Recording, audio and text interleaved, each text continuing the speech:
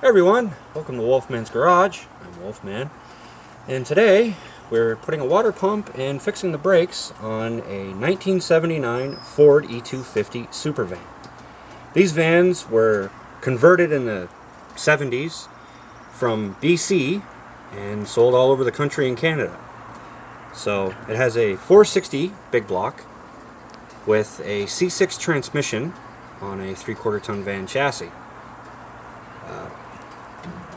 It has 29,000 kilometers on it, and yeah, I'd hope to do some trips with it this summer. Let's pop the hood here.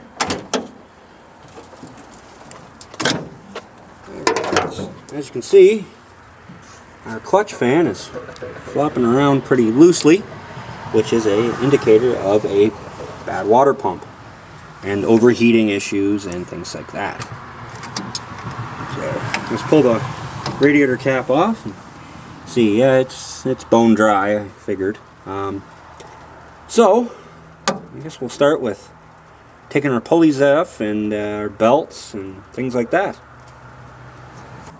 Okay, on most water pump replacements, you have to take the accessories off the front of the engine, your power steering, alternator, if it has air conditioning, because of the belts, and bracketry, because they're usually bolted to the same spot to avoid vibration. So, right now I think we're going to start with our alternator. So this is a 9/16 bolt. And start just by loosening it. We're not going to pull it off all the way because we'll have to rotate it to take up the tension. Okay, let's see here.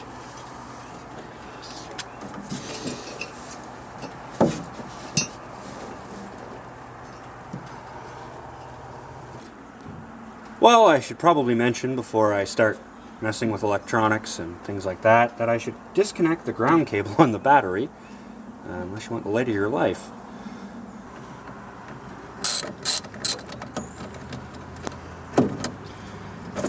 Okay, now it's important to pull your ground strap instead of the positive. There's an old saying, black before red or you're dead Fred. Okay, now that our battery is disconnected and out of the way, we're going to start taking the alternator off. Now I noticed that the adjuster is seized. I'll have to clean it up with some penetrating oil afterwards, so I'm just going to pull the alternator with the bracket entirely. Okay, these are 9/16.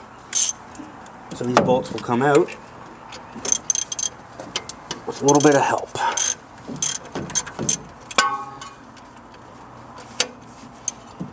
Okay, just loosen these off. Now remember the order of which you pull your bolts, because sometimes that is important. Some bolts are longer, some bolts are shorter, and some might actually be part of the water pump assembly to the block.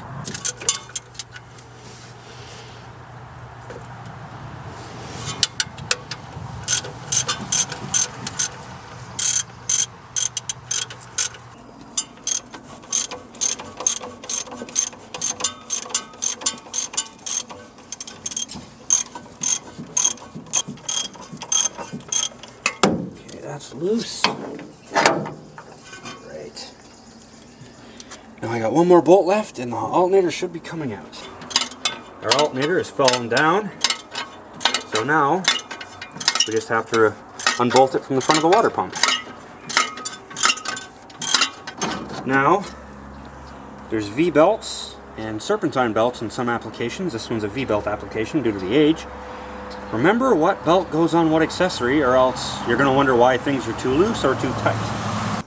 Okay, now when you're pulling your accessories out near the radiator, make sure that you do not hit the radiator or you could damage the fins and cause a coolant leak.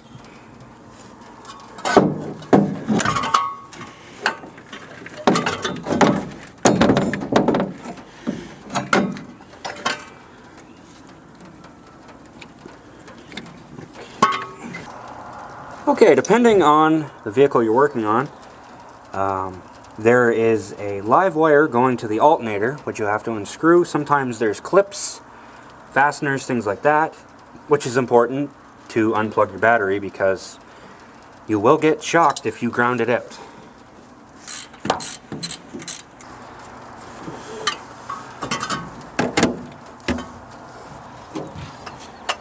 And there you have it, folks. Here's our alternator.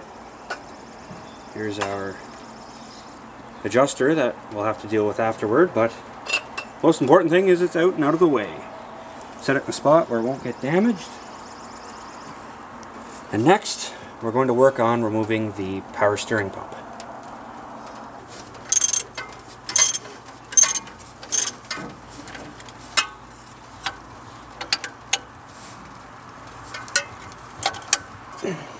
One of these bolts is actually a 5/8.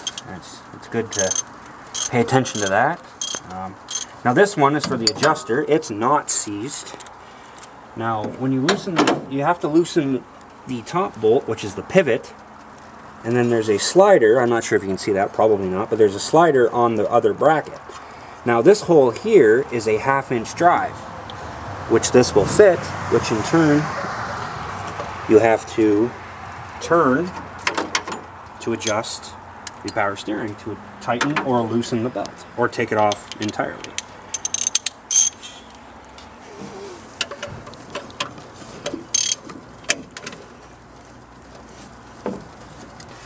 So, now that we have our bolts loose, here we go. That's down there. Now, we can remove this belt. Now this belt goes from the crankshaft to the rear pulley on the water pump to the power steering. Now I can't remove this belt just yet because of the clutch fan in the way, but that'll be okay for now. Okay, now we're taking the mounting bracket for the power steering pump off of the front of the water pump. Loosen all of your bolts first to make sure nothing breaks or nothing is seized.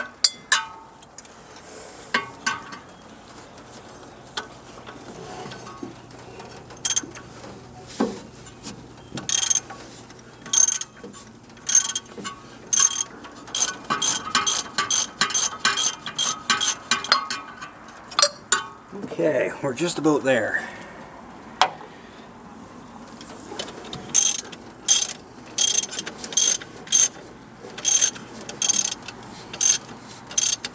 Okay. Perfect. Actually, I don't need to pull the power steering pump out all the way. I just need to move this bracket out of the way. So now we'll work on removing our clutch fan and our fan shroud. Okay, now we're going to pull our fan shroud. 3/8 drive socket. As I said, to make sure to not remove all your bolts in case one breaks or is seized.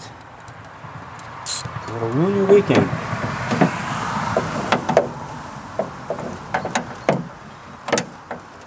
Obviously, someone's been messing with this before I have. That's the wrong size socket for the application.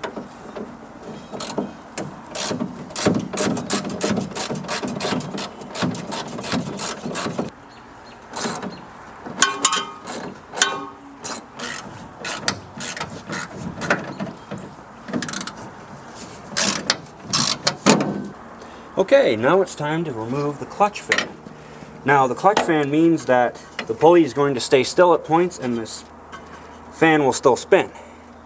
So, obviously that's going to make it hard to turn the pulley to get the bolts out. So, the trick is to take a pry bar behind the pulley and pry with pressure on the pulley so that it will stay still to turn the bolts out.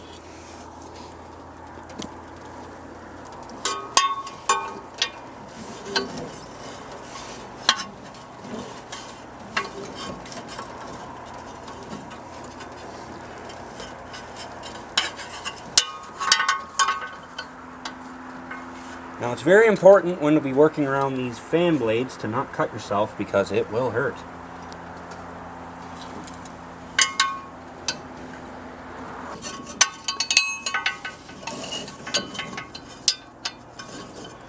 So the trick is to roll the pulley to where you want it, where you get better purchase and sight, and then pry to hold it still, and the bolt will loosen.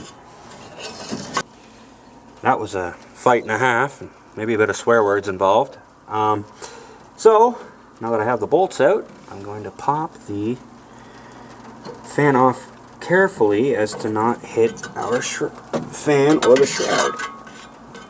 So now we can inspect the bearings in our clutch fan, and it's very tight. You don't want it tight or too loose, but it's spinning fine, and the centrifugal force keeps it spinning. Hey everyone, it's the next day. It was raining pretty hard and I lost daylight, so I'm going to start it again this morning. So last we left off, we took the clutch fan off and the fan shroud. So now we have to remove the pulley, which is here. Actually, this might just come off without any hesitation. Yes, it did. Okay, here's our pulley. Make sure it's not cracked or warped or any rust, but this is in pretty good shape. I mean, if you wanted to, you could clean this up or sandblast it, but I don't really need to do that, so I'm just going to set this out of the way. Now, we have to remove our hoses.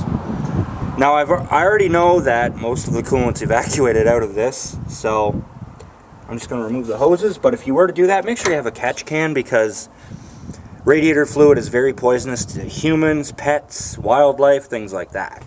And make sure you dispose of it properly.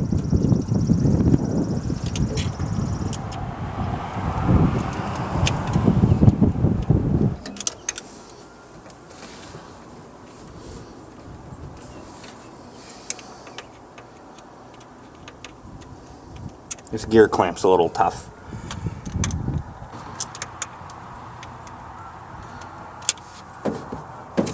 Okay, that's the hose for the heater core. Now we'll remove the hose going from the pump to the thermostat housing.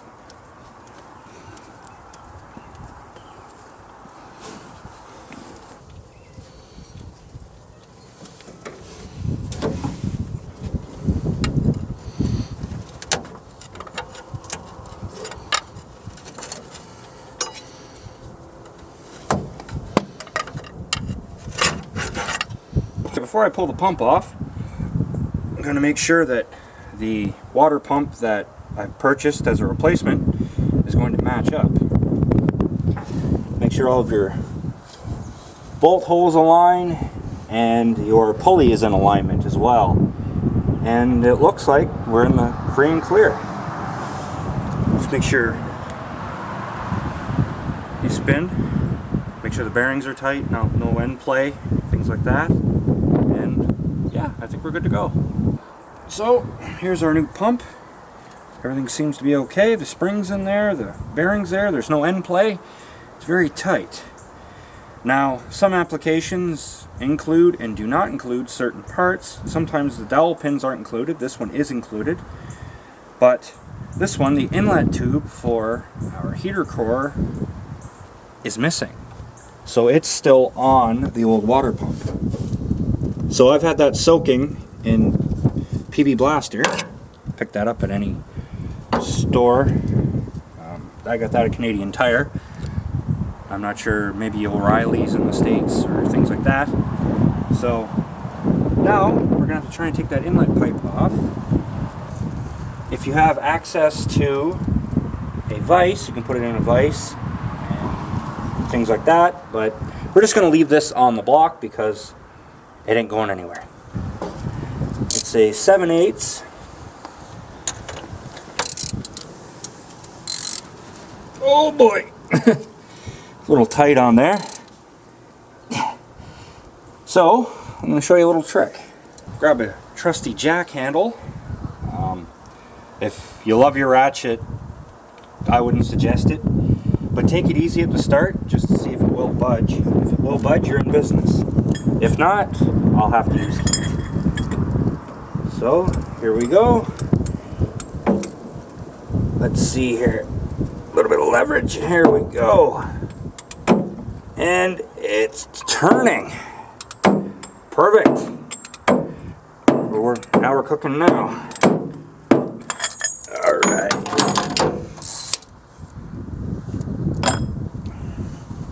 Now since these threads are crusty, I'm going to work it in and out a few times to clean the threads a bit.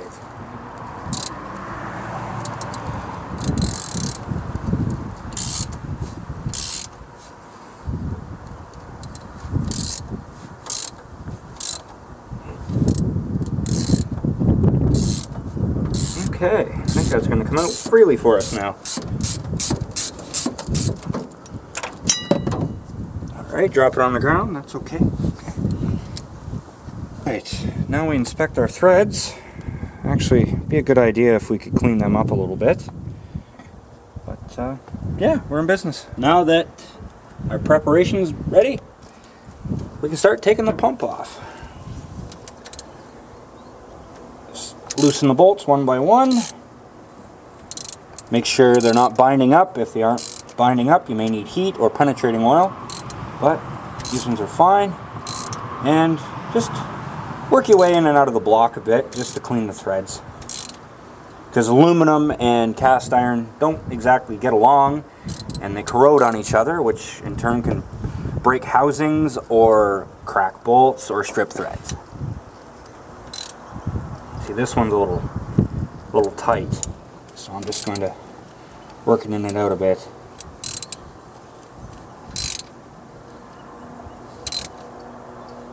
And if you break a bolt, it's going to ruin your weekend. Okay, that's loose. This one's loosening up too. Top bolt.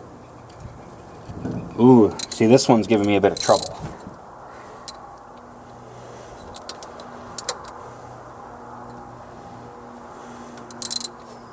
Okay, I'll have to come back to that one.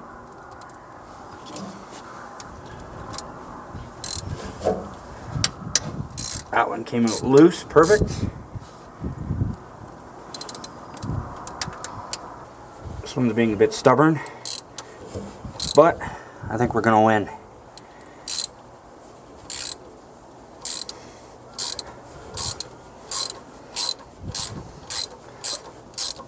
Okay. A couple more to go.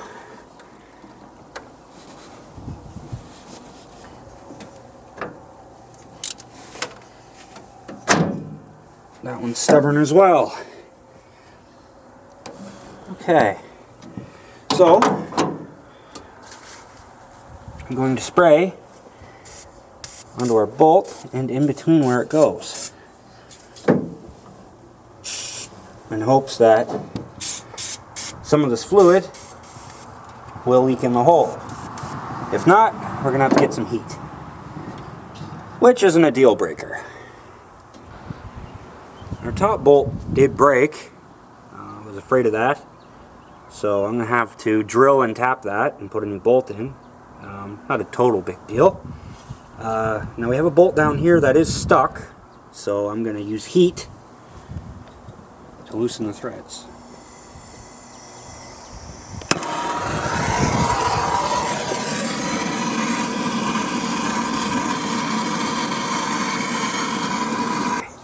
Now that I've licked it with a little bit of heat, I'll still work the threads back and forth to clear up the debris. Fingers crossed it comes out. Now that we have one bolt left to turn out, safe to say we only have one casualty.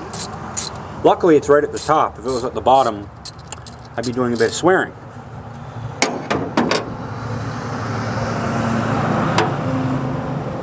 So, now we can start pulling our bolts out.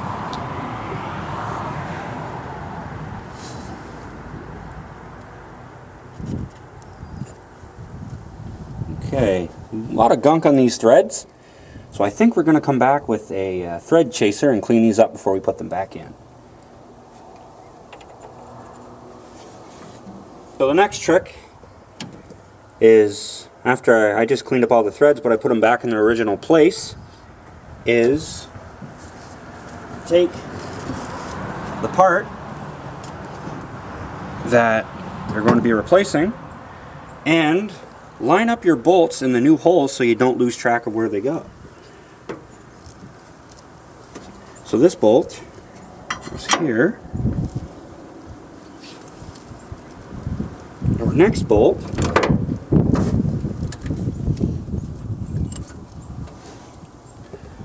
is to line it up with the new hole.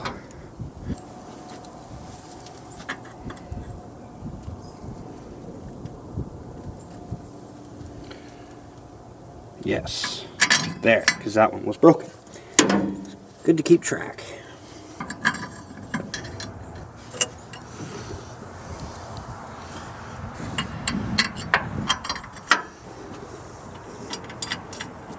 One more left.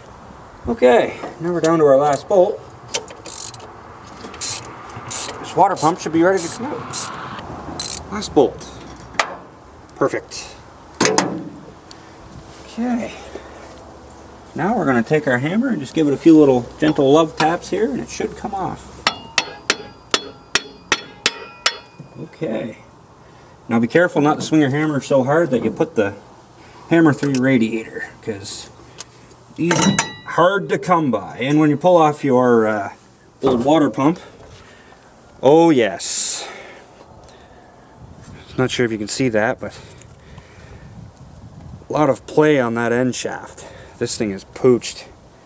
A lot of sludge in there as well. Not sure what that is.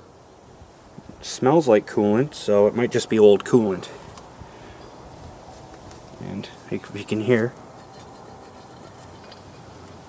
it's sloppy. So this is no good. So our pump's off, and we have the old gasket material in there. Take your scraper, whatever, putty knife, whatever you have, to try and scrape the gasket away.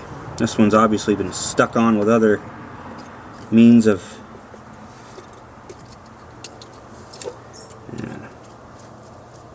stuck. So I'm just gonna scrape away at our gasket, and be careful not to get it in your cooling jackets or down your radiator tube or your hoses or anything like that, so just be careful.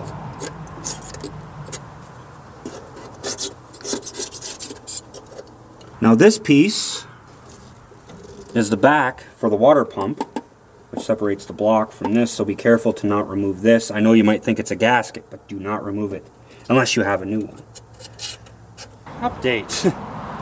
On further inspection, I did have to remove this plate to be able to get at the bolt that broke off. So yeah, there's a little bit more prep work involved. I guess lesson here is don't go right into a job thinking it's going to be just easy. Expect the unexpected. So right now I'm just going to clean up this old gasket off of here, and yeah, I'll get back with you. I'm heating up this bolt inside the housing. I'm hoping I have enough thread left to pull it out in one piece. If not, I'm going to have to drill and tap, which I'm hoping to not have to do.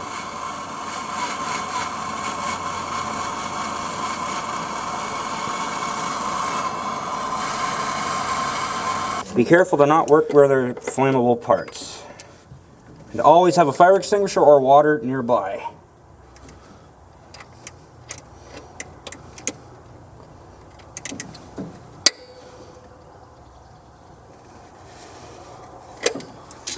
It's not quite agreeing with us just yet.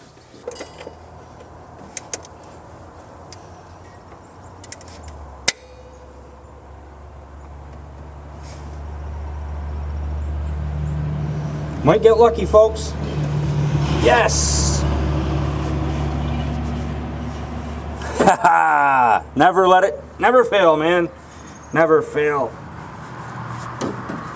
So now I'm just going to work the threads in and out until it comes loose. Here it comes. There's our troublemaker right there. So I think the lesson here is don't rush, assess the situation, and obviously, thinking back, I should have put heat on this to begin with, but I got lazy and impatient, so lesson learned. Now I have to find a bolt to replace this with. Also, don't touch very hot. Okay, now that we have our plate cleaned up, we can just lay a little bit of RTV in certain areas. We don't have to coat it, but a little bit of RTV just to help the gasket hold while we put it in place. So, I'm just going around these spots here.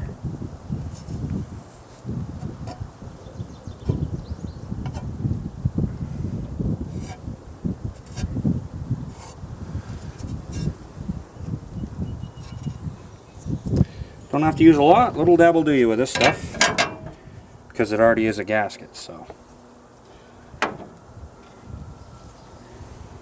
Now if your water pump requires a cork gasket, I do not suggest this.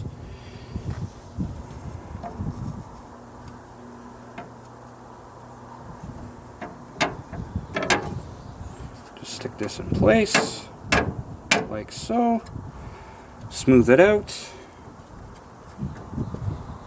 It doesn't impede with flow or the impeller.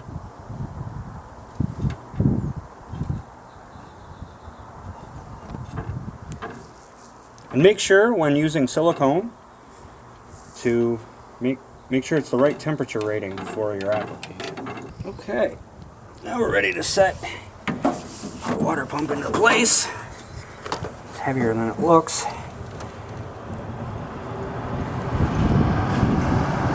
All your bolts are lined up. Nothing's blocking your path. I think we're good to go.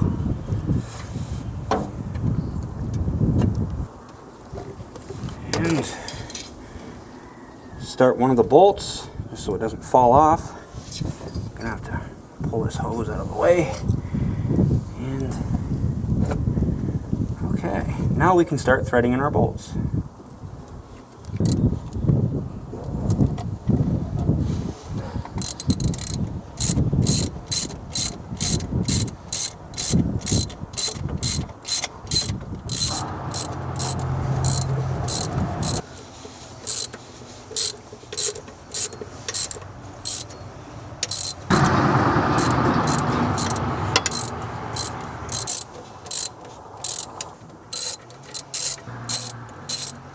Our water pump's in place. All the bolts except for the broken one are threaded in. So now we can start tightening. Now when dealing with gaskets, it's always good to work your way in and work your way out.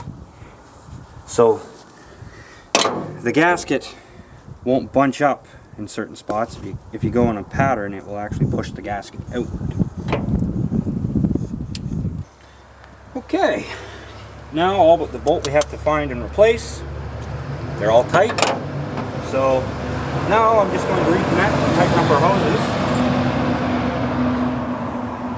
hoses to make sure that they don't leak. Now if you find any broken hose clamps or split hoses or even hoses that are going to split, now is the time to change them so it doesn't bite you on down the road. Alright, so now that our pump's in place, all the bolts are tightened after a trip to the hardware store. I found a replacement bolt. Now, clean up these threads to get it into its new home.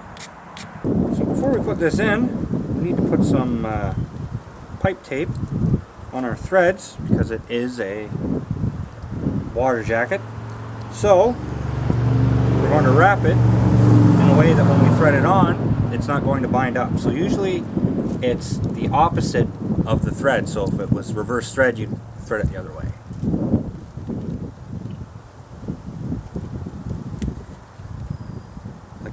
Like so.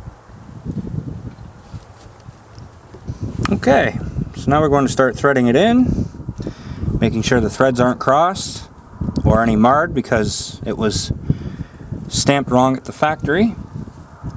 But okay, we have it started. Now we can start turning it in.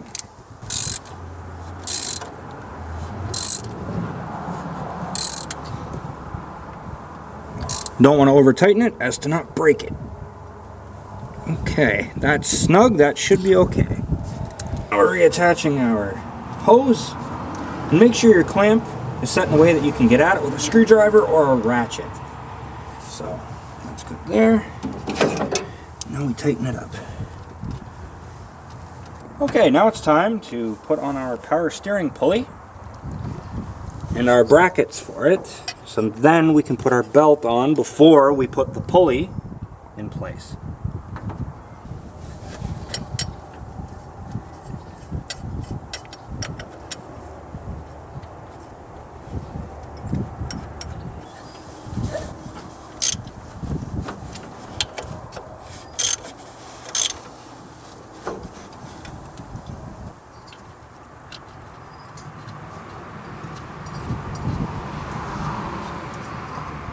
Now it's time to put our pulley in place.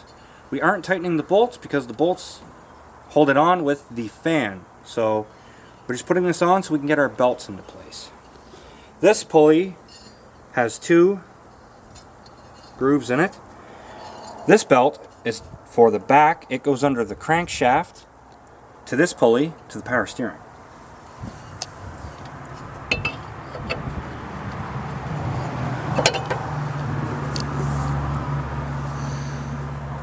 So we're just going to hang it under our crank at the back, on this pulley, over to our power steering. Now that's in there loose, that's perfect. We'll just leave it there for now.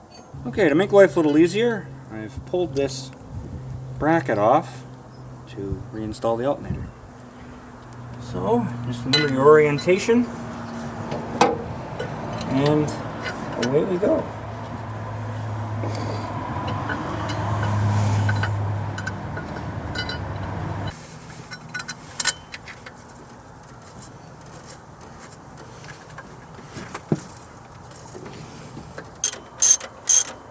Alright, so now before we put it in place, we'll hook our cables on to make it easier for ourselves. Remembering the orientation of which the wires go, we'll tighten this in. These 2 clip on, this one is a bolt. Careful not to over tighten or you'll break this bolt. And remember the orientation of which your ground clips go. Okay, we're going to loosely place our bracket in, and then we'll line up the adjustment slide. Alright, now we're just going to loosely put these into place because our alternator is hanging loose, and then we can slide our adjustment bracket. Okay, now that we have our alternator in place, we're going to tighten it in now. Okay, next step, put our fan shroud back in before we put the fan in because you can't move one without the other.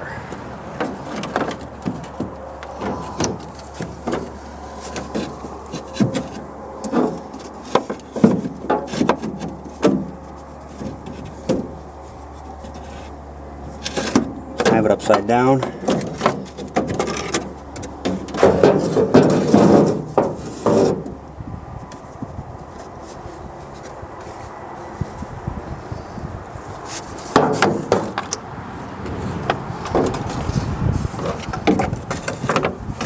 Okay, that'll sit there loosely.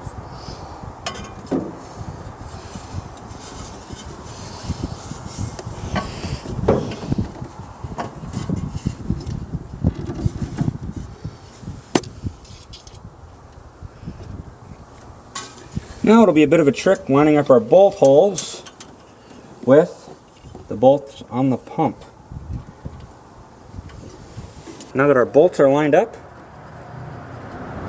we'll start putting them in.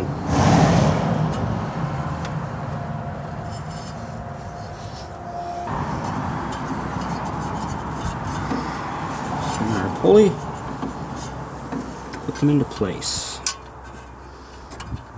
Alright, now it's time to tension our belts. 1/2 inch drive socket through here. Sorry, 1/2 inch drive ratchet through here. Pull up until you feel tension. Not too tight, not too loose. That should be just perfect right there. And then tighten down your bolts.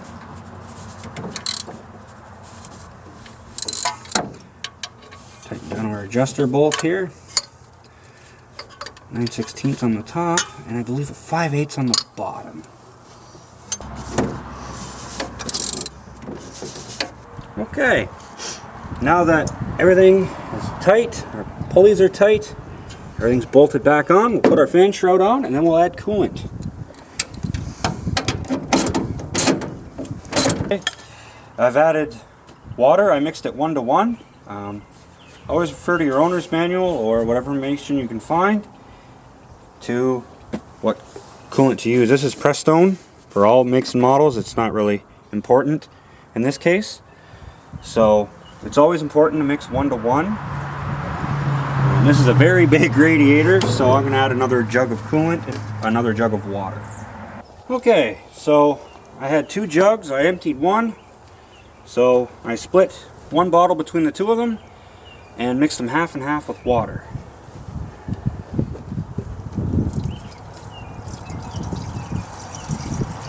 Now that we're level at the top of the fins, we're just going to let the air work its way down. Of course, you look for leaks, and looks like we're okay so far, but we're not under pressure. Alright, gotta pump it up. Sat for a while and it's a big block.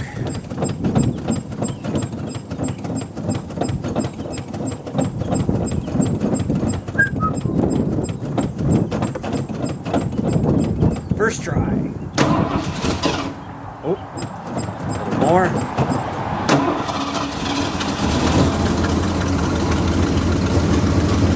Okay, gonna let it run for a bit. Now we're gonna look for any loose pieces. We have water flow, which is good.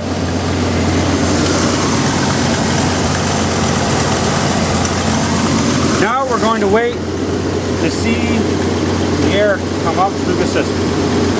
So now we have to wait for the engine to get up to temperature and for the thermostat to open and let the water through, which will release more air from the system. When that happens, make sure that you pour your coolant and water mixture into your radiator.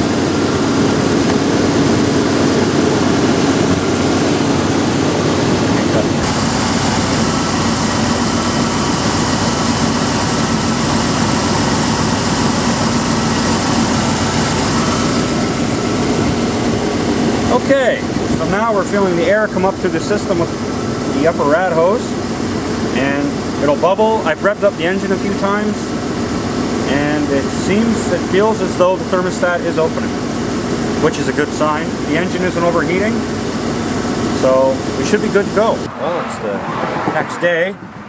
The water pump's working fine, the thermostat's working, not leaking any coolant. I test drove it, everything is fine. But now we have to change our master cylinder and flex hoses on the front. I'll just show you what we're working with here.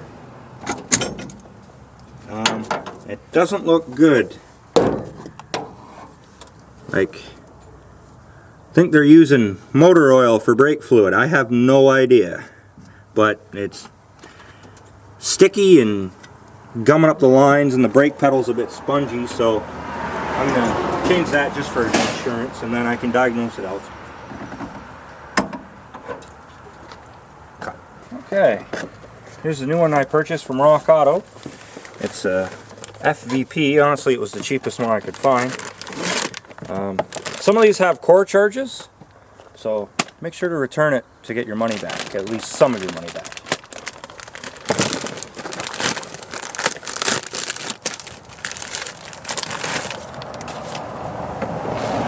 We're just going to see if it's the same size and same function.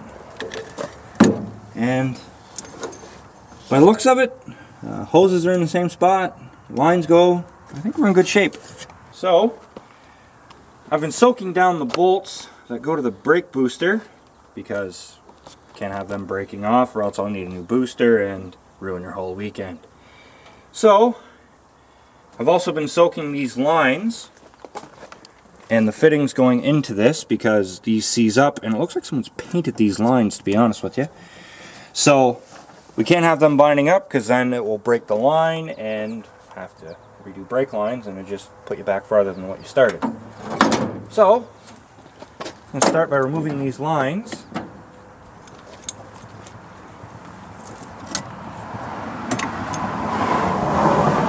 I couldn't find the right bleeder wrench, but just work it gently back and forth. Keep the threads in shape. And they should come out.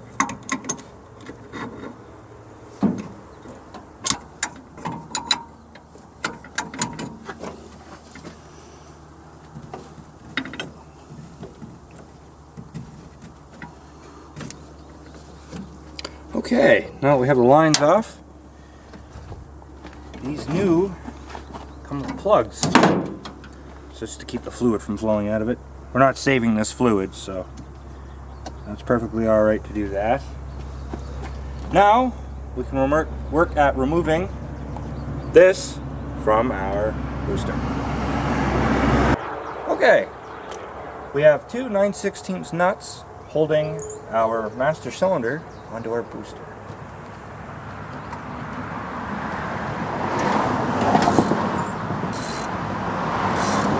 It pays to be patient when dealing with rusty nuts, because if I hadn't soaked these in PB Blaster, it probably wouldn't be coming off. Here we go.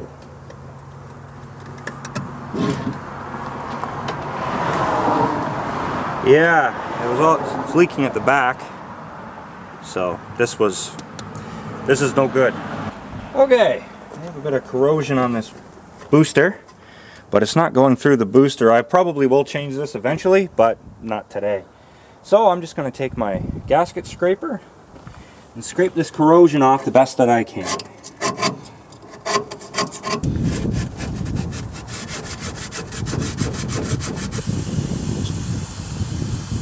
And then we'll wipe that down, and we should be good to go to put the new booster. Now, in most cases, these need to be bled on a bench, but my cousin years ago taught me an old trick that we're actually going to bleed it on the vehicle, because to bench bleed you have to push in on your plunger to bleed it, but instead of using a screwdriver or a dowel or something, we can actually use the brake pedal inside if you have a friend to help you.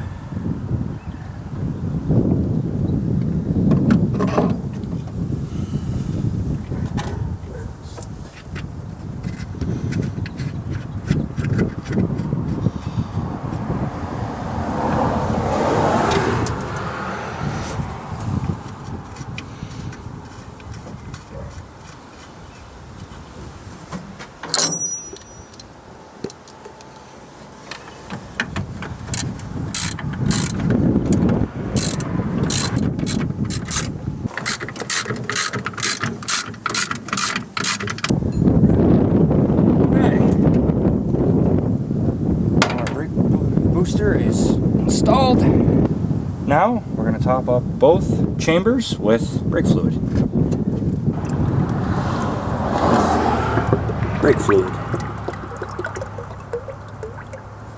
Okay. Now I'm going to ask my cameraman and assistant to get in the van and start pumping the brakes. I'm just going to be holding my thumb over the threaded part where the lines go, and I'm going to ask my assistant to pump the brakes when I say so. Okay, start pumping slowly.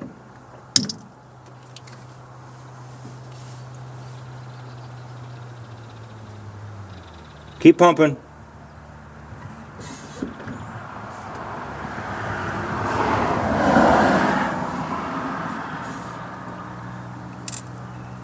Okay, you'll start to see bubbles coming out of the master,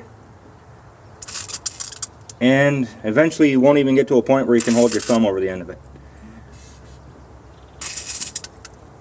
Okay, that should be good. Now we're going to tighten the lines back up onto our master.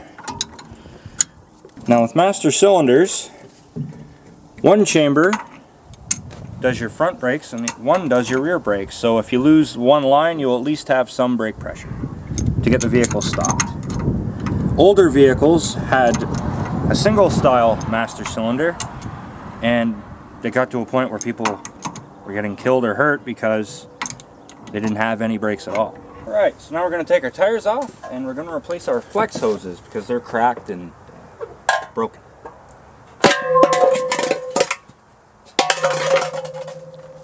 Action. Alright, well, I should be using an impact, but I'm too far from the house to get an extension cord. So, we're going to be using our breaker bar. When lifting a vehicle as heavy as this, make sure you chalk your rear wheel because it will put strain on your parking pin. There, now it's not going to roll backward and hurt myself. Okay.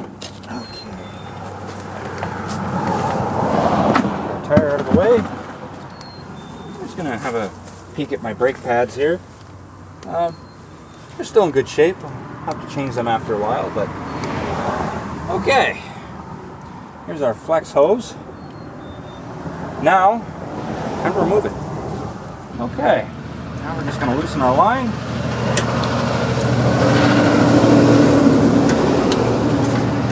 And we'll take this off. I'm lucky that the old retainer clip is still on here, or else I'd be putting vice grips on here. And when you order your new line, make sure to ask if it has retaining clips, because sometimes these break or rust and won't fit. So, and this would, if you didn't have the retainer clip, this would flop loose and bind. It could rub on the wheel and you'd have brake failure. If you get these clips out, just use a pry bar and a hammer. Use your best judgment to see if it's binding. If it's binding, you'll have to reevaluate. Okay. Here's the old clip. It actually looks to be in great shape, so I'm just going to reuse this one. Now, we'll undo our banjo bolt on the caliper.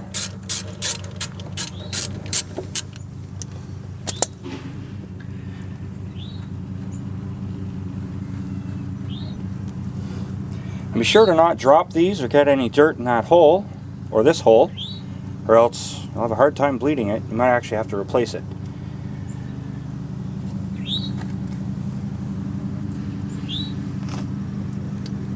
Also, make sure there's no dirt in the caliper when you're removing it. Okay, so you can see that this hose is starting to get cracks in it, and this would not pass a safety inspection if there's a safety inspection in your province or state, or wherever you may live. So that's no good, that's why I'm replacing it. Before you remove it from your packaging, make sure that you have the appropriate hose for the appropriate side. So let's do a little comparison. And same length, same orientation, we're good to go. And here's the new retaining clip I asked to make sure they included. Now it's time to place our line. Here are your copper washers for the banjo bolt. Now, some of these have a round side and a flat side. Make sure the round side goes out from the machine's surface. This one, it doesn't really matter. So one washer here, push it through, and then the other copper washer goes here. And there's grooves here to help it seat better.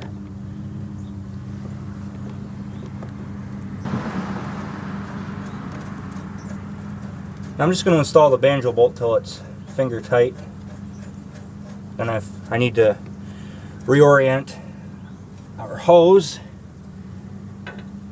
It will be easier to do so. Now, on this end here, there is a flat spot that must line up with our bracket.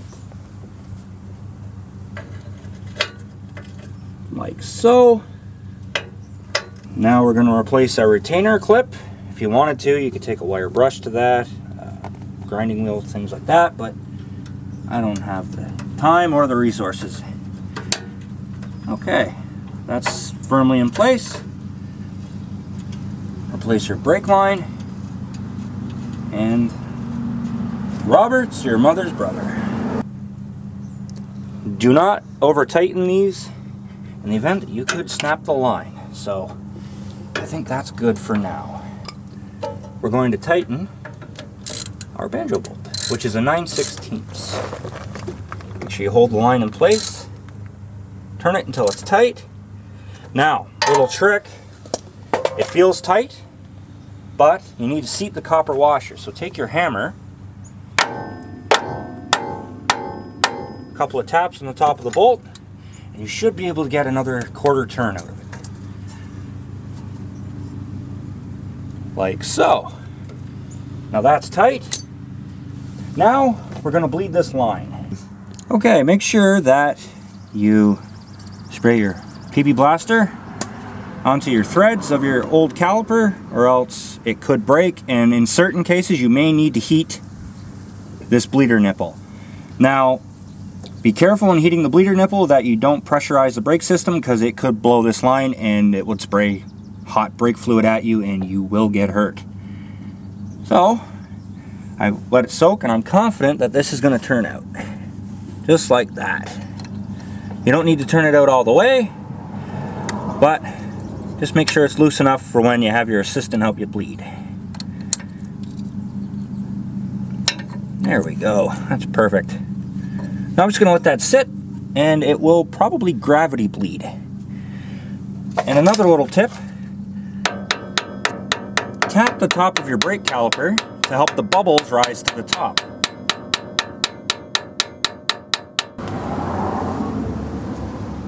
Okay, now you're going to have your assistant pump the pedal 3 times and stop. Alright, pump it 3 times and then hold it.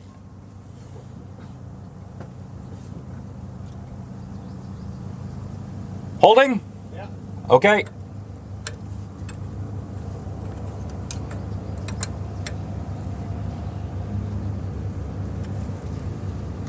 Not much air out of that. Okay, again, 3 times and holding. Okay.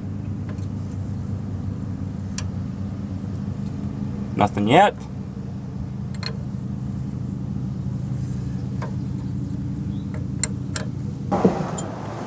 Okay, yep, pump it.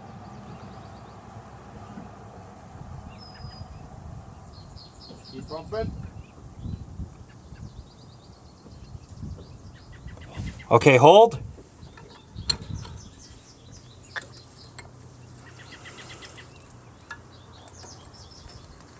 Okay, pump it again.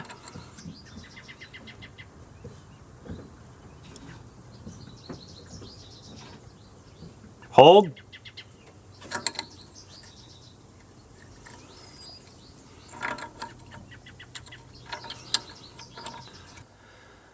Well, all right, everyone. It was a long day. The rear wheel cylinders were seized, so I went around all day trying to chase new ones of those, and I ended up just heating them up and bleeding them the same way I would have bled the brake caliper. So after all is said and done, I guess we're good to go. So I guess it's time to hit the road. Please like, comment, and subscribe. I'll holler at you later.